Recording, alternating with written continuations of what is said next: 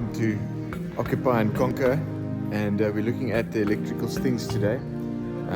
We're also going to be getting the ceiling specialist in to come and help us put in the styrofoam in the ceilings so that we can add the lights that we've already purchased.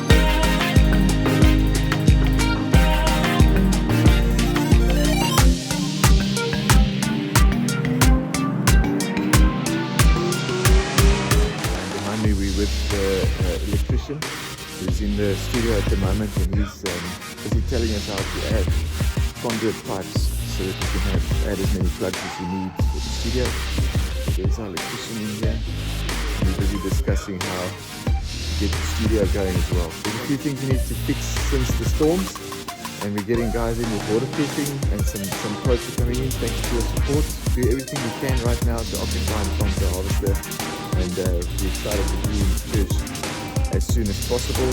But there's a lot of work to do, and we're excited about it. Thank the Lord for what He's done so far. Bless you guys.